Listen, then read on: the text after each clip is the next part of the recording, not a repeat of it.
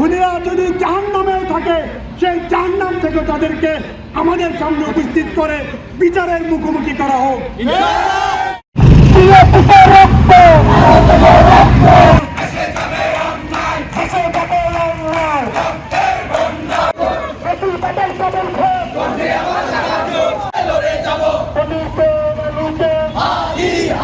মাত্র 30% টাকায় জমির মালিক হয়ে নতুন বাংলাদেশের গড়ে তোলার স্বপ্ন দেখা বাংলা বসতি।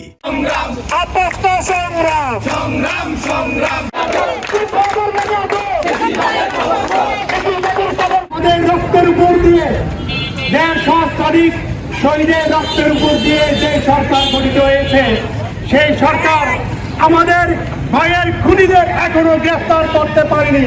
আজকে প্রায় 20 দিন হয়ে গিয়েছে।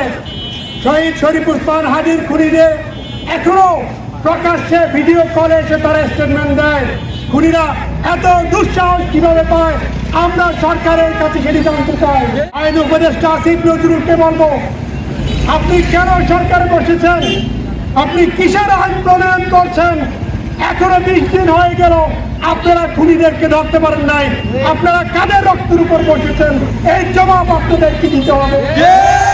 বাংলাদেশের সরকারকে বলতে চাই, আইনমন্ত্রীকে বলতে চাই, আপনি কিছুদিন আগে বলেছেন হাদি ভাইয়ের হত্যাকারীদেরকে আপনি 3 মাসের মধ্যে বিচার কার্যক্রম শেষ করবেন। আপনার কাছে আমরা প্রশ্ন রাখতে চাই, আপনার কি 3 মাসের সময় আছে কিনা? আপনি কি এই সরকারে কি 3 মাস রাষ্ট্র পরিচালনায় থাকতে পারবেন কিনা?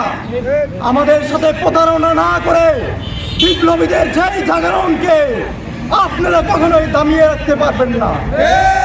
আমরা আমাদের রক্ত দিয়ে আজকে একটি কথাই বলতে চাই, আমাদের ভাইকে যারা হত্যা করেছে তাদের বিচার বাংলাদেশের মাটিতে করতে হবে।